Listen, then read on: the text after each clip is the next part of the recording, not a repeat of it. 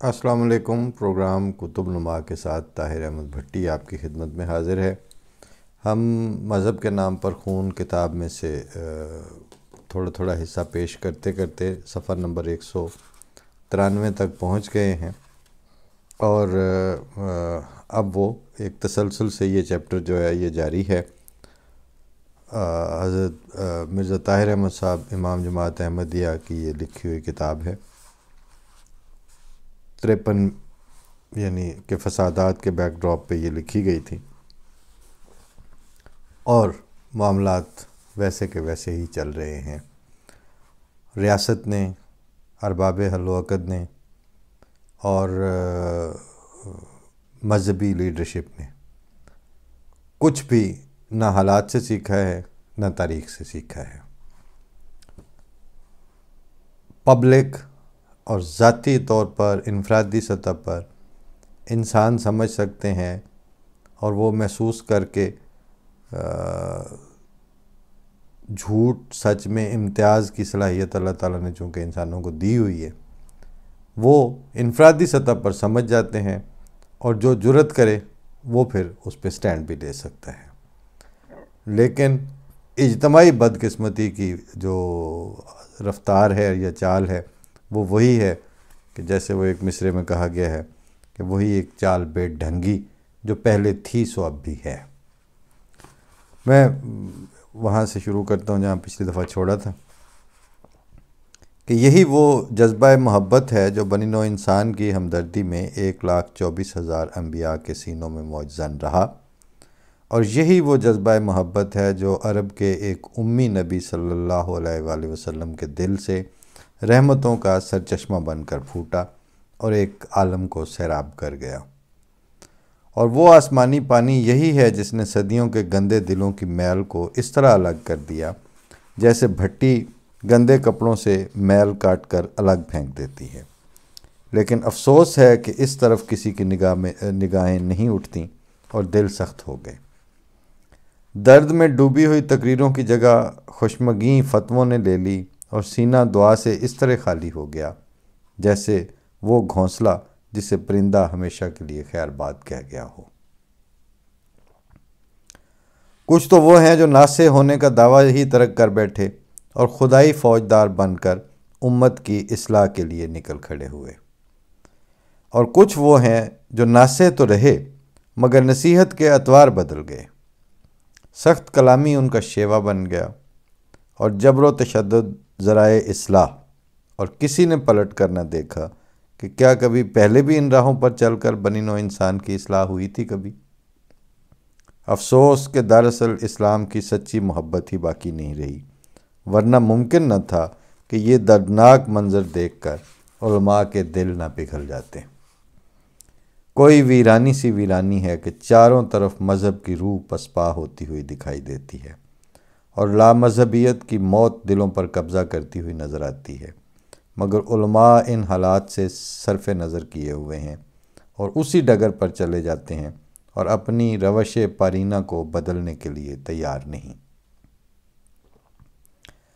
انہیں کون سی زبان سمجھائے کہ روحانیت کی دنیا میں سخت کلامی اور تشدد کا سکہ نہ کبھی پہلے چلا تھا، نہ آج چلے گا، نہ کبھی آئندہ چل سکے گا۔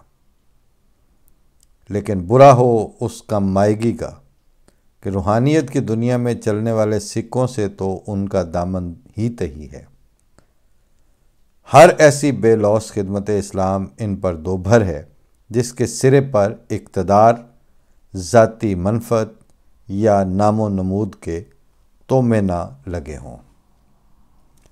اور یہ اس وقت کی ملائیت جو حکومتی اور نیم حکومتی ملائیت ہے، اس کے بالکل اجزائے ترکیبی یہی ہیں جو اس آخری لائن میں بتائے گئے ہیں۔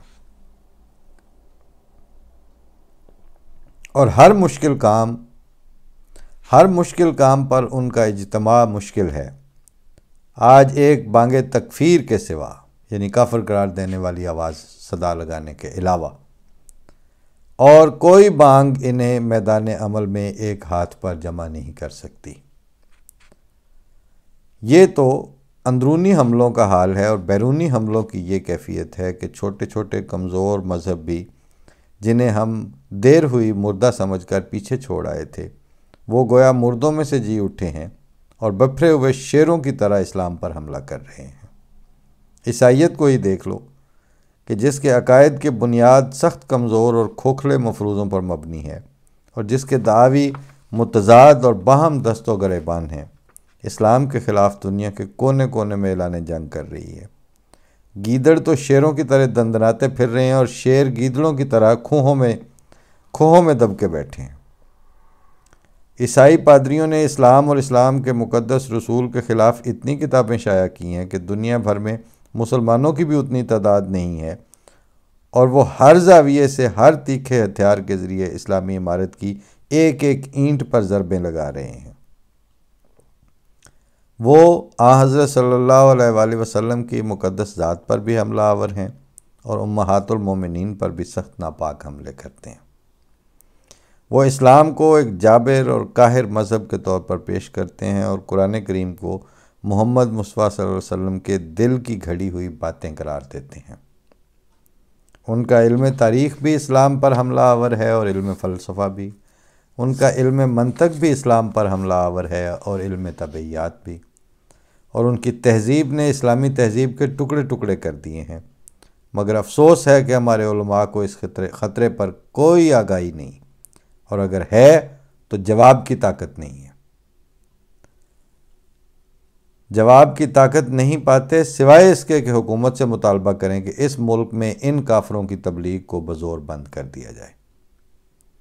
یہ نہیں سوچتے کہ آخر کہاں کہاں اور کس کس ملک میں ان کی تبلیغ کو بزور بند کروا سکیں گے، اور مغربی تہذیب اور علوم و فنون کے چور دروازوں پر وہ کون سے پیرے بٹھائیں گے جو بزور شمشیر شکوک کے ریلے کو مسلمانوں کے دلوں تک پہنچنے سے روک سکیں۔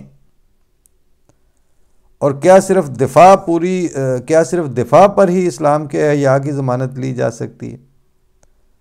کیا یہ نہیں جانتے کہ ابھی تک دنیا کی بھاری اکثریت اسلام کے نام سے ہی بے بہرہ ہے؟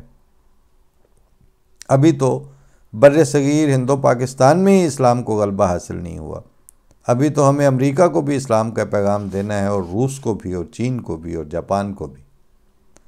ایشیا کے اکثر ممالک بھی ابھی تک اسلام سے کوسوں دور ہیں، اور افریقہ کی بھی کثیر آبادیوں کو اسلام کی خبر نہیں ہے، اور بر اعظم آسٹریلیا میں تو مسلمانوں کی تعداد آٹے میں نمک کے برابر بھی نہیں۔ پس کیا اسلام کے عالمگیر غلبہ کے لیے ضروری نہیں کہ ان دور دراز پھیلی ہوئی یا وسیع آبادیوں کو اسلام کا پیغام پہنچایا جائے، اور ان جہل اور لا علمی کے تہ در تہ پردوں کو اٹھا دیا جائے جو دنیا کی آنکھ اور اسلام کے حسین چہرے کے درمیان صدیوں سے حائل پڑے ہوئے ہیں، اور مغرب کے دل کو بھی فتح کر کے اپنے آقا کے قدموں میں ڈالا جائے، اور مشرق کے دل کو بھی۔ اور کیا اسلام کی سربلندی کے لیے بس یہی کافی ہے کہ اپنی مسجدوں اور قباؤں کی محدود حدود میں بیٹھ کر عبادت کے تمام ظاہری ارکان کو ایک غیر روحانی سختی کے ساتھ ادا کیا جائے؟ مگر افسوس کہ ان بیرونی خطرات کی طرف بھی ان علماء کی آنکھ نہیں اٹھتی، اور اندرونی خطرات کی طرف بھی نہیں اٹھتی۔ اگر اٹھتی ہے تو سخت تھکی اور ہاری ہوئی مایوس نگاہ، یا ایک ایسی لا تعلق خالی نظر جو کسی خطرہ کے ادراک کی طاقت نہ رکھتی ہو۔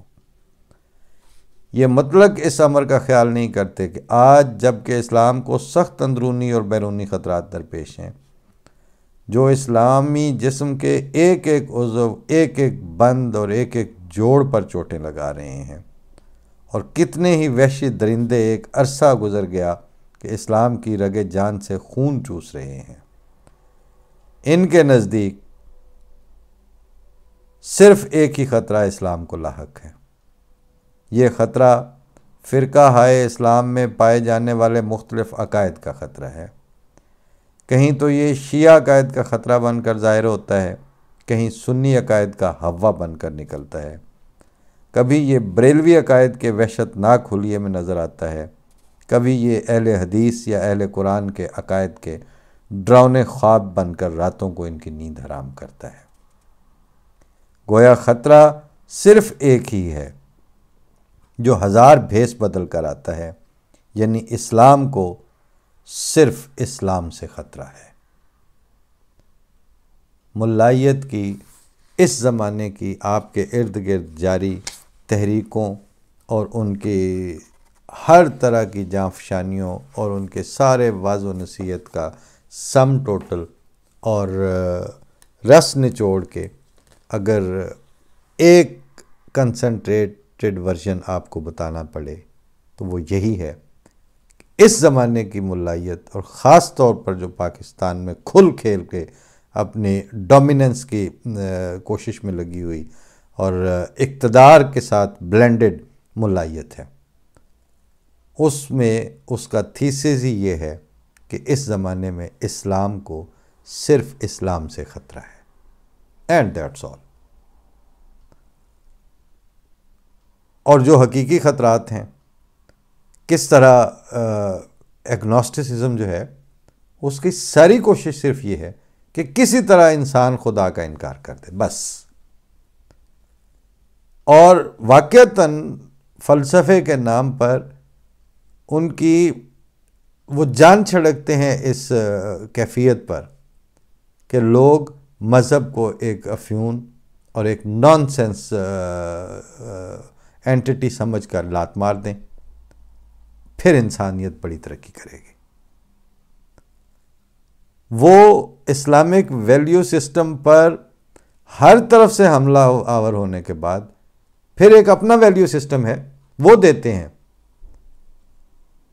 یعنی اخلاقیات کی تعلیم دیں گے، پہلے اسلامیات اور اسلام کی جو کے ذریعے اور قرآن کے ذریعے جو اخلاق سکھائے گئے ہیں ان کو باطل قرار دینے، اس کے بعد پھر وہ ایک نیا ڈھکوسلا شروع کر دیتے ہیں کہ انسان کو یہ ہونا چاہیے۔ کیوں ہونا چاہیے انسان کو؟ جانور ہونا چاہیے پھر انسان کو بس۔